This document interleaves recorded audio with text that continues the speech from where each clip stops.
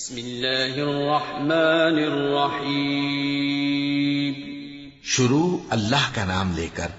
جو بڑا مہربان نہایت رحم والا ہے۔ سب تعریف اللہ ہی کو ہے جس نے اپنے محبوب بندے محمد صلی اللہ علیہ وآلہ وسلم پر یہ کتاب نازل کی اور اس میں کسی طرح کی کجی اور پیچیدگی نہ رکھی،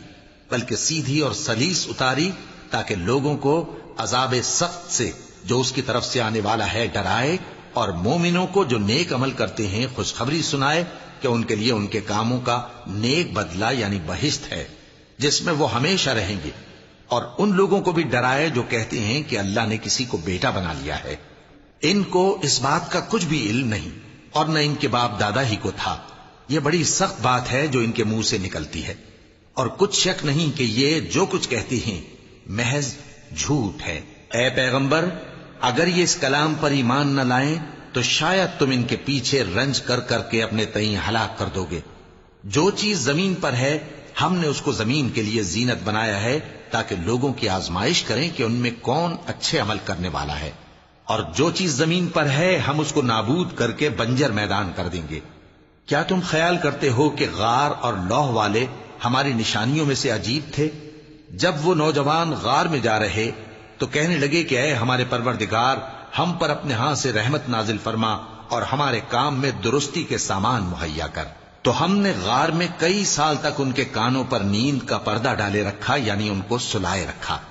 پھر ان کو جگا اٹھایا تاکہ معلوم کریں کہ جتنی مدت وہ غار میں رہے دونوں جماعتوں میں سے اس کی مقدار کس کو خوب یاد ہے۔ ہم ان کے حالات تم سے صحیح صحیح بیان کرتے ہیں۔ وہ کئی نوجوان تھے جو اپنے پروردگار پر ایمان لائے تھے، اور ہم نے ان کو اور زیادہ ہدایت دی تھی، اور ان کے دلوں کو مربوط یعنی مضبوط کر دیا۔ جب وہ اٹھ کھڑے ہوئے تو کہنے لگے کہ ہمارا پروردگار آسمانوں اور زمین کا مالک ہے، ہم اس کے سوا کسی کو معبود سمجھ کر نہ پکاریں گے۔ اگر ایسا کیا تو اس وقت ہم نے بے عقلی کی بات کی۔ ان ہماری قوم کے لوگوں نے اس کے سوا اور معبود بنا رکھے ہیں، بھلا یہ ان کے معبود ہونے پر کوئی کھلی دلیل کیوں نہیں لاتے؟ تو اس سے زیادہ کون ظالم ہے جو اللہ پر جھوٹ باندھے؟ اور جب تم نے ان مشرکوں سے اور جن کی یہ اللہ کے سوا عبادت کرتے ہیں ان سے کنارہ کر لیا ہے تو غار میں چل رہو، تمہارا پروردگار تمہارے لیے اپنی رحمت وسیع کر دے گا اور تمہارے کاموں میں آسانی کے سامان مہیا کرے گا۔ اور جب سورج نکلے تو تم دیکھو کہ دھوپ ان کے غار سے داہنی طرف سمٹ جائے، اور جب غروب ہو تو ان سے بائیں طرف کترا جائے، اور وہ اس غار کے کشادہ حصے میں تھے۔ یہ اللہ کی نشانیوں میں سے ہیں، جس کو اللہ ہدایت دے وہ ہدایت یاب ہے، اور جس کو گمراہ رہنے دے تو تم اس کے لیے کوئی دوست راہ بتانے والا نہ پاؤ گے۔ اور تم ان کے متعلق خیال کرو کہ وہ جاگ رہے ہیں حالانکہ وہ سوتے ہیں، اور ہم ان کو دائیں اور بائیں کروٹ بدلاتے تھے، اور ان کا کتا چوکھٹ پر دونوں ہاتھ پھیلائے ہوئے تھا۔ اگر تم ان کو جھانک کر دیکھتے تو پیٹ پھیر کر بھاگ جاتے اور ان سے دہشت میں آ جاتے۔ اور اسی طرح ہم نے ان کو اٹھایا تاکہ آپس میں ایک دوسرے سے دریافت کریں۔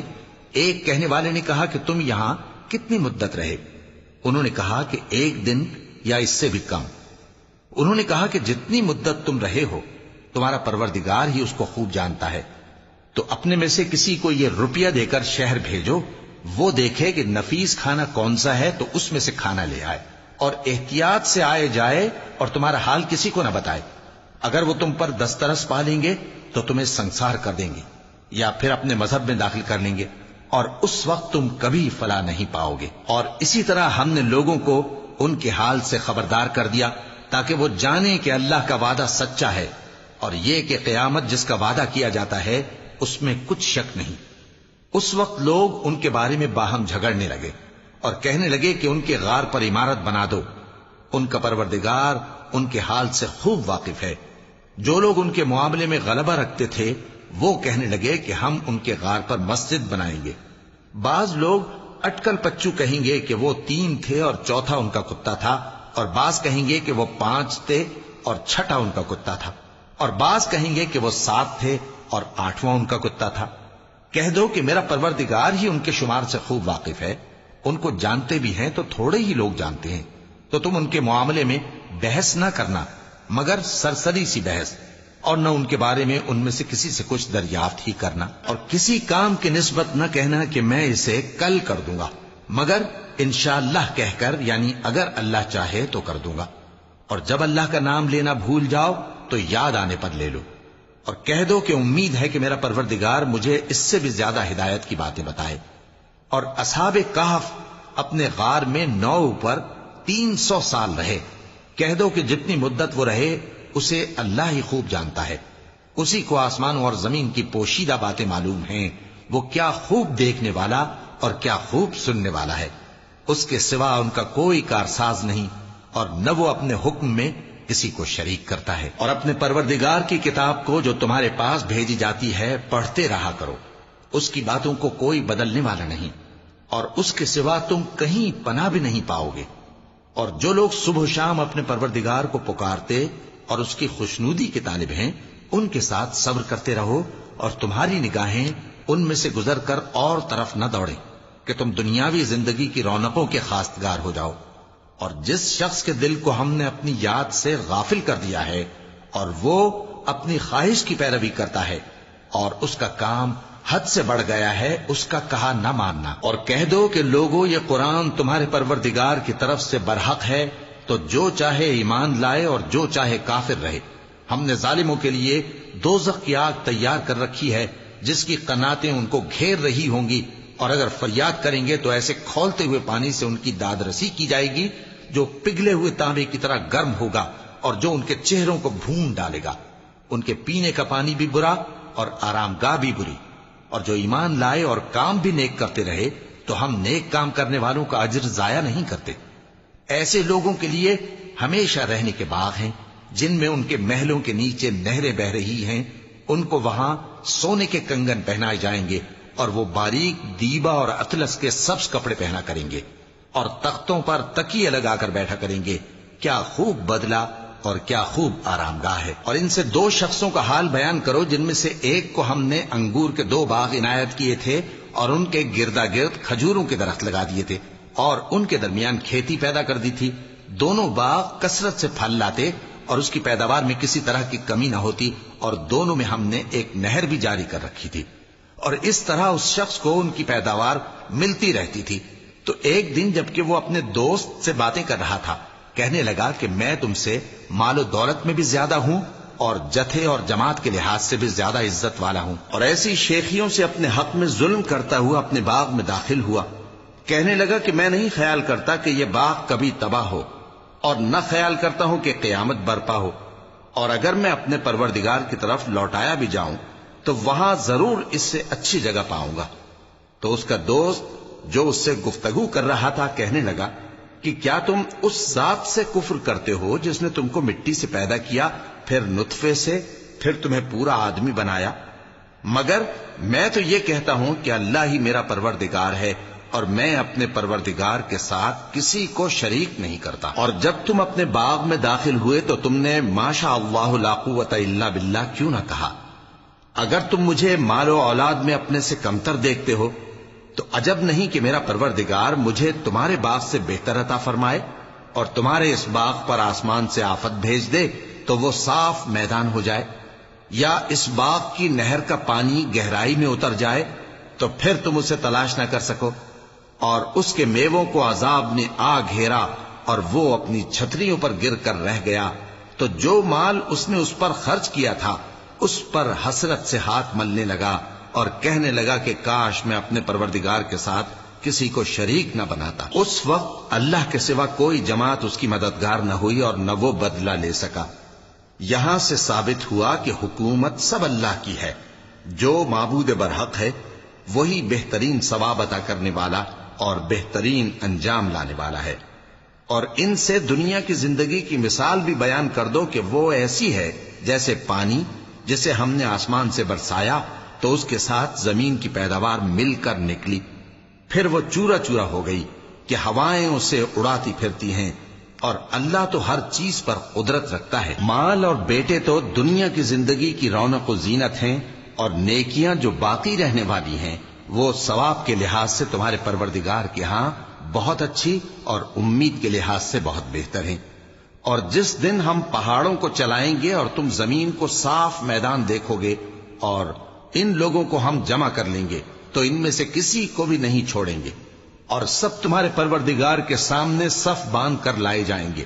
تو ہم ان سے کہیں گے کہ جس طرح ہم نے تم کو پہلی بار پیدا کیا تھا اسی طرح آج تم ہمارے سامنے آئے، لیکن تم نے تو یہ خیال کر رکھا تھا کہ ہم نے تمہارے لیے قیامت کا کوئی وقت مقرر ہی نہیں کیا،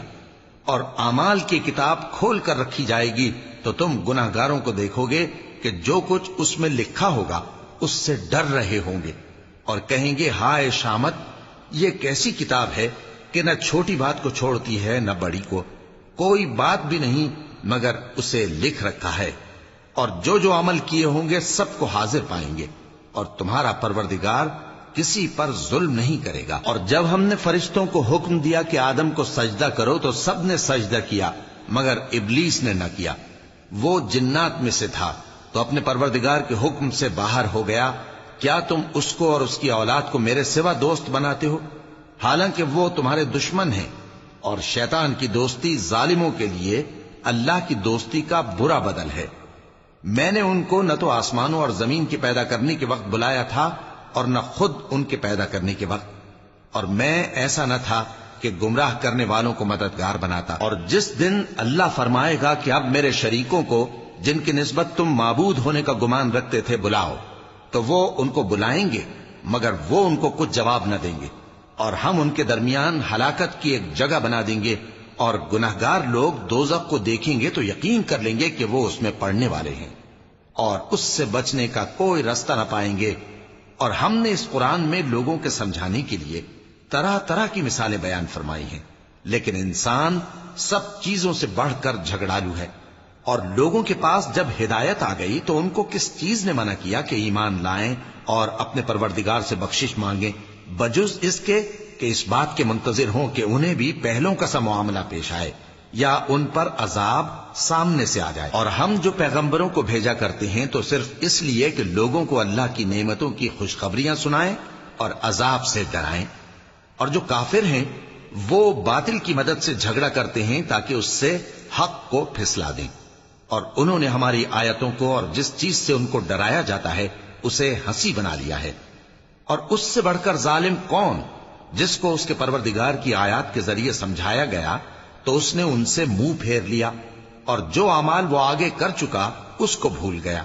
ہم نے ان کے دلوں پر پردے ڈال دیے کہ اسے سمجھ نہ سکیں، اور کانوں میں ثقل پیدا کر دیا ہے کہ سن نہ سکیں، اور اگر تم ان کو رستے کی طرف بلاؤ تو کبھی رستے پر نہ آئیں گے، اور تمہارا پروردگار بخشنے والا صاحب رحمت ہے۔ اگر وہ ان کے کرتوتوں پر ان کو پکڑنے لگے تو ان پر جھٹ عذاب بھیج دے، مگر ان کے لیے ایک وقت مقرر کر رکھا ہے کہ اس کے عذاب سے کوئی پناہ کی جگہ نہ پائیں گے۔ اور یہ بستیاں جو ویران پڑی ہیں، جب انہوں نے کفر کر کے ظلم کیا تو ہم نے ان کو تباہ کر دیا، اور ان کی تباہی کے لیے ایک وقت مقرر کر دیا تھا۔ اور جب موسیٰ نے اپنے شاگرد سے کہا کہ جب تک میں دو دریاؤں کے ملنے کی جگہ نہ پہنچ جاؤں ٹلنے کا نہیں، خاص صدیوں چلتا رہوں، پھر جب وہ دونوں ان دریاؤں کے سنگم پر پہنچے تو اپنی مچھلی بھول گئے، پھر اس مچھلی نے دریا میں سرنگ کی طرح اپنا راستہ بنا لیا۔ جب آگے چلے تو موسیٰ نے اپنے شاگرد سے کہا کہ ہمارا کھانا لاؤ، اس سفر سے ہم کو بہت تکان ہو گئی ہے۔ اس نے کہا کہ بھلا آپ نے دیکھا کہ جب ہم نے اس چٹان کے پاس آرام کیا تھا تو میں مچھلی وہیں بھول گیا، اور مجھے آپ سے اس کا ذکر کرنا شیطان نے بھلا دیا، اور اس مچھلی نے عجیب طرح سے دریا میں اپنا راستہ بنایا۔ موسیٰ نے کہا یہی تو وہ مقام ہے جسے ہم تلاش کرتے تھے، تو وہ اپنے پاؤں کے نشان دیکھتے دیکھتے لوٹ گئے۔ وہاں انہوں نے ہمارے بندوں میں سے ایک بندہ دیکھا جس کو ہم نے اپنے ہاتھ سے رحمت خاص سے نوازا تھا اور اپنے پاس سے ایک خاص علم بخشا تھا۔ موسیٰ نے ان سے جن کا نام خضر تھا کہا کہ جو علم اللہ کی طرف سے آپ کو سکھایا گیا ہے، اگر آپ اس میں سے مجھے کچھ بھلائی کی باتیں سکھائیں تو میں آپ کے ساتھ رہوں۔ خضر نے کہا کہ تم میرے ساتھ رہ کر صبر نہیں کر سکو گے، اور جس بات کی تمہیں خبر ہی نہیں اس پر صبر کر بھی کیسے سکتے ہو؟ موسیٰ نے کہا اللہ نے چاہا تو آپ مجھے صابر پائیے گا، اور میں آپ کے ارشاد کے خلاف نہیں کروں گا۔